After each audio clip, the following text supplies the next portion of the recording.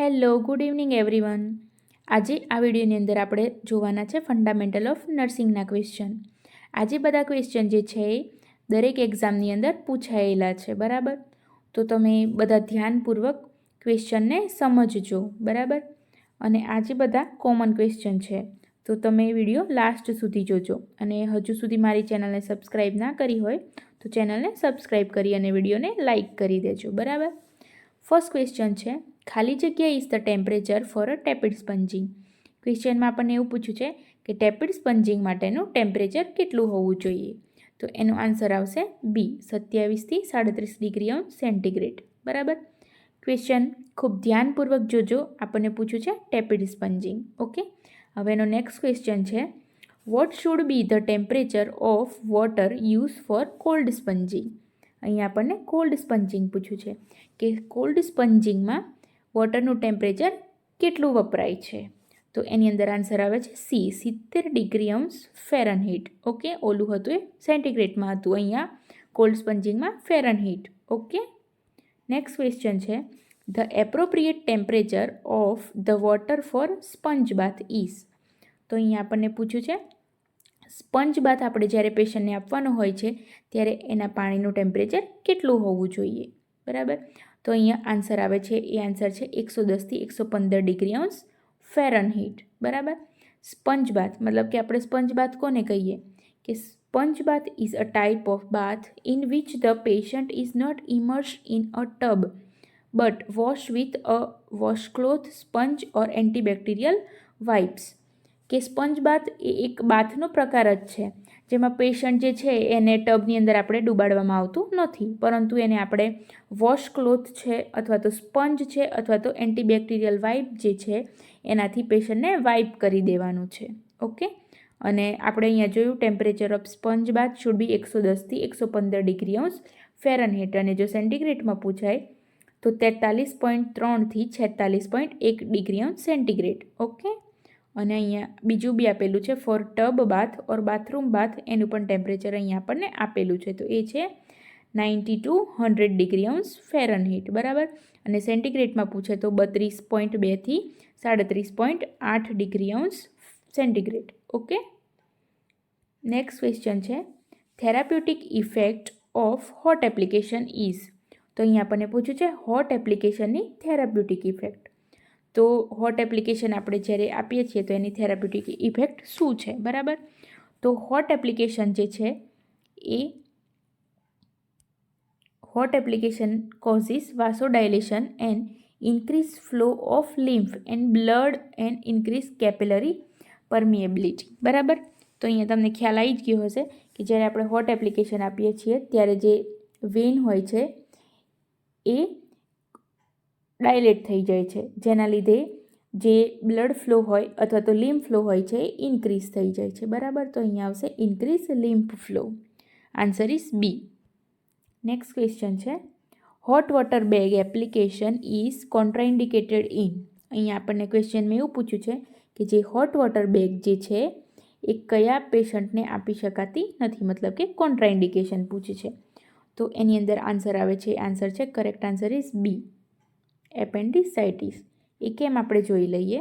તો contraindication of hot application are malignancy, impaired kidney, heart and lung function, acute inflamed area like appendicitis, client with paralysis, open wound headache and very young or very old person. આ બધી જે condition આપી છે એ બધી જ કન્ડિશનમાં જે hot water bag જે છે એ કોન્ટ્રાઇન્ડિકેશન છે, બરાબર? નેક્સ્ટ ક્વેશ્ચન છે, તો નેક્સ્ટ ક્વેશ્ચન છે ડાયરિયા અને કોન્સ્ટિપેશનનો છે, બરાબર? તો which of the following intervention is not recommended in watery diarrhoea, બરાબર? તો અહીંયા આપણને ક્વેશ્ચનમાં એવું પૂછ્યું છે કે વોટરી ડાયરિયાની અંદર શું રેકમેન્ડેડ નથી કરવાનું, કયું ઇન્ટરવેન્શન નથી રેકમેન્ડેડ કરવાનું? તો એ જે છે ઇન્ટ્રાવિનસ આલ્બ્યુમિન. જો પેશન્ટને વોટરી ડાયરિયા હોય તો આપણે પેશન્ટને ઇન્ટ્રાવિનસ આલ્બ્યુમિન આપવાનું નથી. ઓકે, નેક્સ્ટ છે, on your way to take an examination you suddenly get an attack of diarrhoea. If you stop at nearby drug store for an over-the-counter opioids with antidiarrheal action you will be asking for. તો અહીંયા આપણને પૂછ્યું છે ક્વેશ્ચનમાં કે આપણે કોઈ જગ્યાએ exam આપવા જઈ રહ્યા છીએ, સડનલી આપણને ડાયરિયાનો અટેક આવે, બરાબર. તો આપણે નિયર બાય ડ્રગ સ્ટોરમાં ઓવર ધ કાઉન્ટર ઓપિયોઇડ એન્ટીડાયરિયલ એક્શનની જે ડ્રગ જે છે, તો એન્ટીડાયરિયલ ડ્રગ કઈ આપણે ડ્રગ સ્ટોરની અંદર પૂછીએ, બરાબર. તો એની અંદર આન્સર આવે છે લોપેરામાઇડ. Okay, answer D. અહીંયા આપણે જોઈ લઈએ. Loperamide is a selective antidiarrhoeal opioid which work directly on smooth muscles of intestine through opioids receptor to inhibit peristalsis intestinal motility, બરાબર. લોપેરામાઇડ જે ડ્રગ જે છે એ એક સિલેક્ટિવ એન્ટીડાયરિયલ ઓપિયોઇડ ડ્રગ છે કે એ જે ડ્રગ જે છે એ ડાયરેક્ટલી આપણા ઇન્ટેસ્ટાઇનના જે સ્મૂથ મસલ્સ હોય છે એના ઉપર વર્ક કરે છે અને જે પેરિસ્ટાલ્સિક જે મૂવમેન્ટ હોય છે એને ઇન્હિબિટ કરે છે, બરાબર. નેક્સ્ટ ક્વેશ્ચન છે, this agent decrease intestinal muscle stone to slow passage of faeces. આ ક્વેશ્ચનમાં આપણને એવું પૂછ્યું છે કે એવો કયો એક એજન્ટ જે છે કે જે ઇન્ટેસ્ટાઇનલ મસલ સ્ટોનને ડિક્રીઝ કરે છે અને જે ફીસીસ અથવા તો જે સ્ટૂલ પાસ થવાનું હોય છે એને સ્લો પેસેજ કરે છે એને. તો એ એવો કયો એજન્ટ છે, આપણને ક્વેશ્ચનમાં એવું પૂછ્યું છે. તો એનું આન્સર આવે છે એન્ટીડાયરિયલ ઓપિયોઇડ્સ એજન્ટ. આગળ આપણે જોયું લોપેરામાઇડ જે ડ્રગ અંદર આવે છે, બરાબર, એન્ટીડાયરિયલ ઓપિયોઇડ ડ્રગ. નેક્સ્ટ ક્વેશ્ચન છે, a bland diet consist of.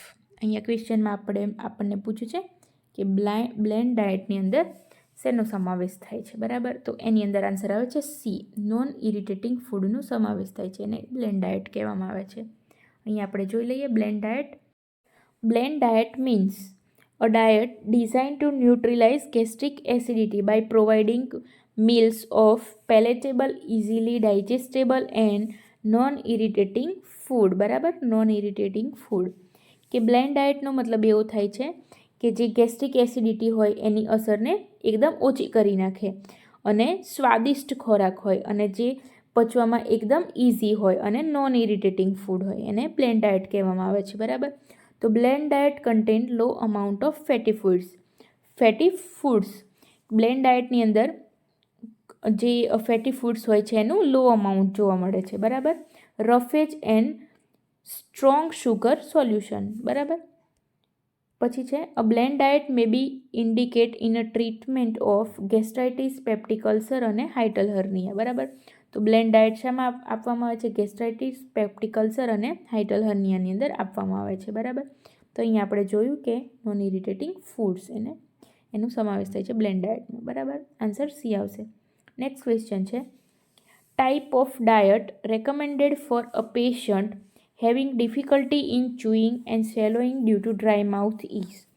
ક્વેશ્ચનમાં આપણને એવું પૂછ્યું છે કે કયા પ્રકારનો ખોરાક રેકમેન્ડેડ કરવામાં આવે છે patient having difficulty in chewing and swallowing due to dry mouth, કે જે પેશન્ટને ચાવવામાં અને ગળવામાં તકલીફ થતી હોય એવા પેશન્ટને કયો ડાયટ રેકમેન્ડ કરવામાં આવે છે? તો એની અંદર આન્સર આવે છે સોફ્ટ ડાયટ, બરાબર.